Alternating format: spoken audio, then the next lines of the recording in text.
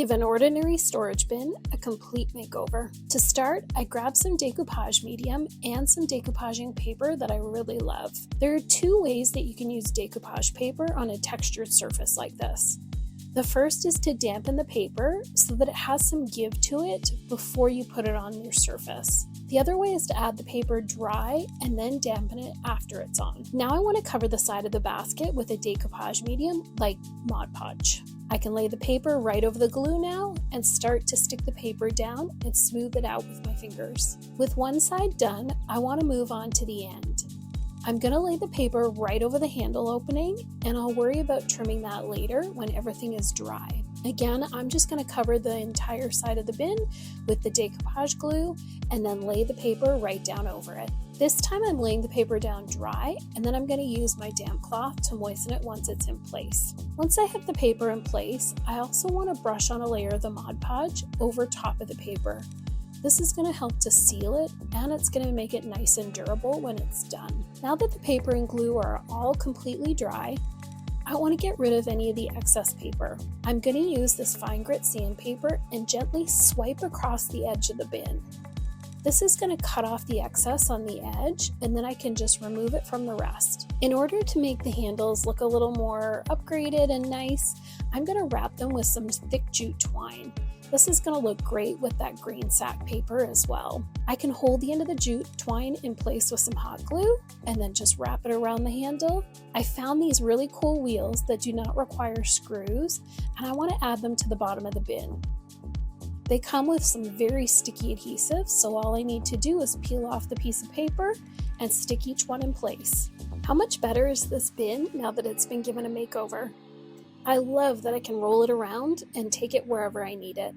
I hope this has inspired you to upgrade your storage bins as well. Grab one of these 3-drawer bins from Walmart and we are going to dress this up. I picked up some half-round pieces of wood and I need to cut them down to roughly 4.5 inches each. Now it's time to attach them to the drawers. I want to cover the front of the drawer to give this kind of a natural boho look. I picked up a multi-surface glue, so this is going to work really well on wood and plastic, and it dries clear. So I'm just going to put a dab of glue on each piece of wood and put them all the way across the drawer. Now that everything's dry, I'm going to take this outside and add a coat of spray paint. I'm opting for a real neutral beige color, and I'm going to cover the front of the drawer and the wood. I opted to leave the rest of the drawer set white. I really like the contrast between the beige and the white, and I think these drawers look so good. It is such an upgrade from the basic drawer set that I had originally. I have these plastic storage drawers, and I'm tired of seeing the things inside. To start, I want to paint the front of the drawers. Since their surface is quite slick, I'm going to go ahead and give them a quick sanding with a medium grit sandpaper first. Now it's time to paint. The drawers will need 2 coats of paint, and I'm going to use a blue and then a green to match this beautiful contact paper. I want to make sure to paint right up and under the handle. This will cover all of the front parts so that I can't see all of the supplies in the drawers. I also want to paint the handles so that when I add the contact paper, none of the white from the handle will be peeking through. Now that both coats of paint have dried, I'm going to add the contact paper to the handles. I'm measuring and trimming the first piece, and once it fits well, I'm going to use it as a template to cut the rest of the pieces I need. The back comes off when I'm ready, and it's super easy to stick right over the paint. These storage drawers are already looking so much better. I think it'll be fun to add the same contact paper to the top of the drawers as well. I'm going to cut a piece large enough to cover the entire top. The top of my drawers actually has 2 levels, so I'm going to start with the edge around first. I'm going to stick down the contact paper, and then I'm going to use this utility knife to trim out the middle that's lower. By running the knife around the edge, I can trim up the paper as well as the edges. With the edge piece done, I want to fill the middle as well. I'm going to lay down a smaller piece of contact paper and then use the same utility knife to trim off the edges. To finish off my storage drawers, I want to add some cute little labels so that I know what's inside each drawer.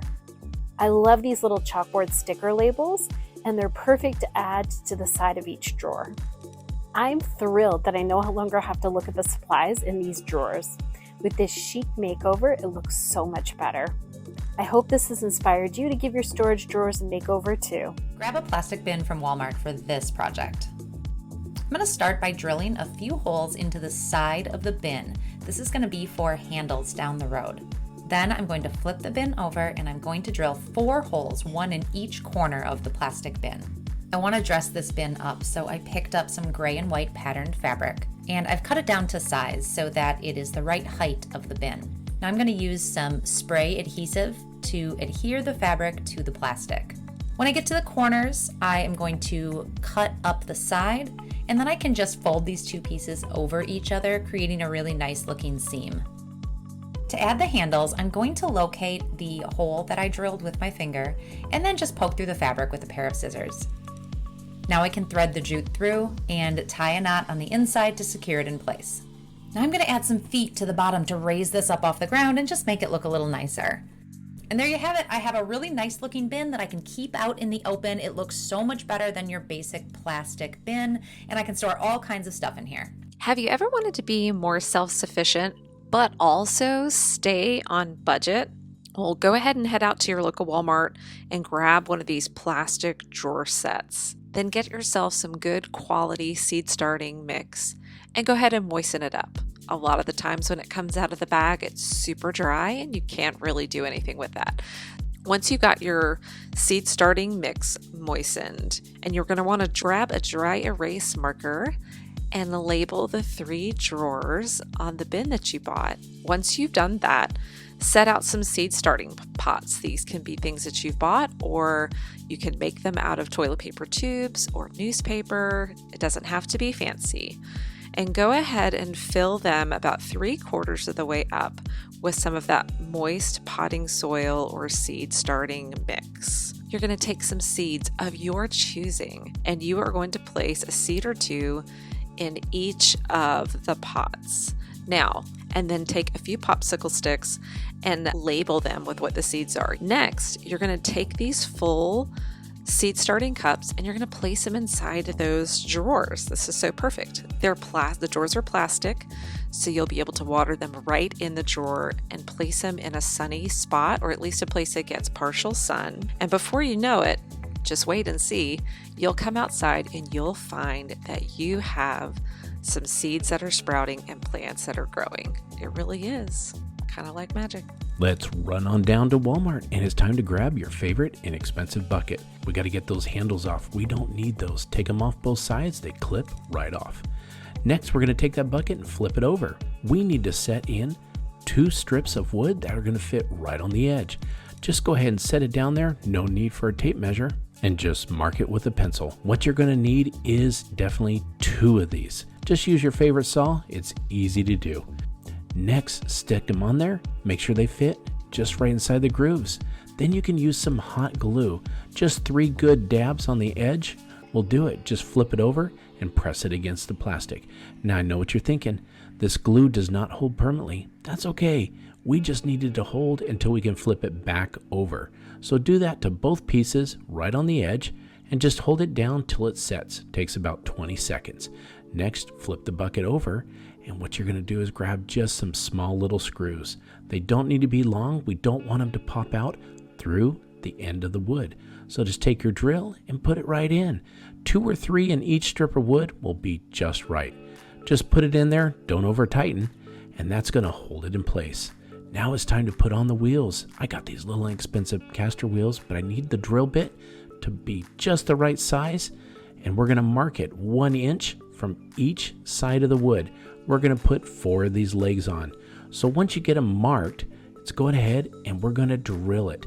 You can just drill all the way through the plastic. It's not going to be a problem because when we set the leg in, it's going to block the hole. So these little wheels are perfect. Now it's time to take that hot glue, put it right on the edge of the hole there, and put the leg on. It's going to hold it just great. Now, if you don't want to use hot glue and you want a little different glue, go ahead. It'll work also. Just let it set up. I like using hot glue because it's fast. Once we get the legs in, look at this. They are excellent. Exactly what we need. Now it's time to go ahead and decorate the bucket. I grabbed this twine over at Dollar Tree. Just take again our favorite hot glue, put it right on the edge. This is our starter piece.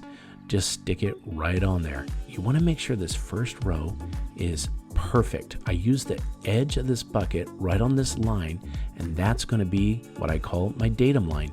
Just go ahead and set it all the way around, and we're going to go around the whole bucket.